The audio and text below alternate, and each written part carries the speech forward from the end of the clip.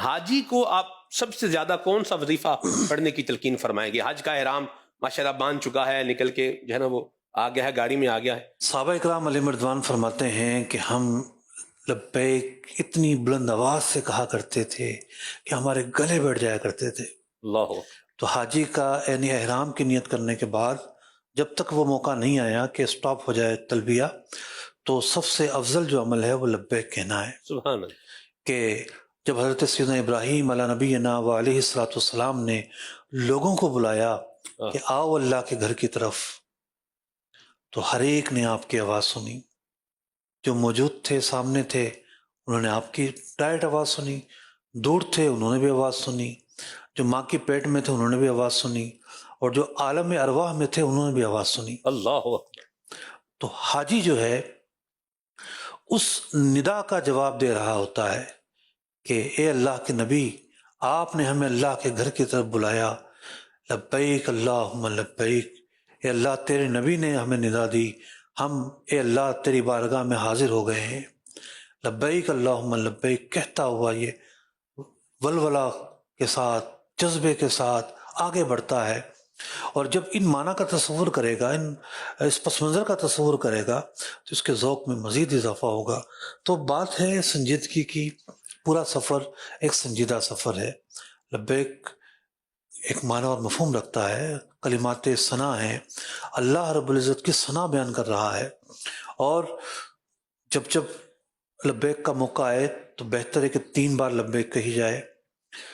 کوئی بھی مومنٹ ہوتی ہے، بیٹھے ہوئے ہیں، کھڑے ہو رہے ہیں، کھڑے تھے بیٹھ رہے ہیں، گاڑی نیچے کی طرف جا رہی ہے، اوپر کی طرف جا رہی ہے، اسی طریقے سے جہاز کی کیفیت، تو مومنٹ چینج ہونے پر لبیک کہنے کا موقع ہوتا ہے، سبحان اللہ۔ تو اس وقت بھی لبیک کہی جائے۔ تو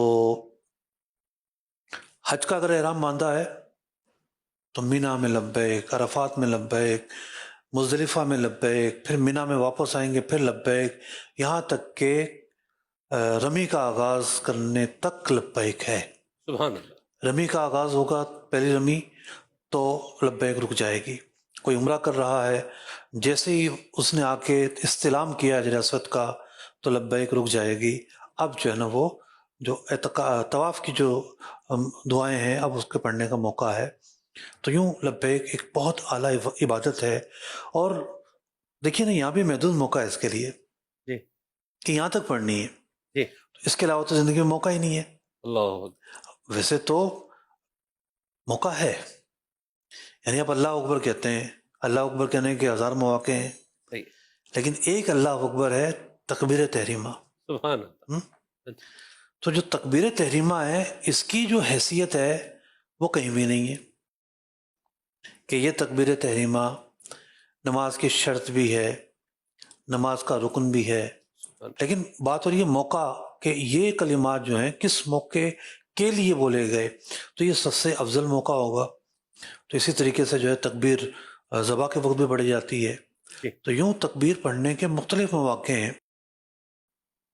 تو کلمات ثنا، اللہ تبارک و تعالیٰ کی حمد و ثنا، اس کے جب بھی پڑھیں گے نیکی ہے، لیکن وہ نیکی جو حرم مکہ میں ہو رہی ہے، ایک نیکی کا ثواب 1,00,000 کے برابر، اور حالت احرام میں، اور اس موقع پر جس موقع پر رسول خدا صلی اللہ علیہ وسلم نے پڑھا ہے، صحابہ اکرام نے پڑھا ہے، تو اس موقع پر عالم ہی الگ ہوتا ہے۔ کیا بات ہے، سبحان اللہ۔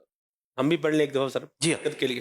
لبیک اللہم لبیک، لبیک لا شریک لک لبیک، ان الحمد والنعمت لک والملک لا شریک لک، لبیک اللہم لبیک، لبیک لا شریک لک لبیک، ان الحمد والنعمت لک والملک لا شریک لک، لبیک اللہم لبیک، لبیک لا شریک لک لبیک، ان الحمد والنعمت لک والملک لا شریک لک۔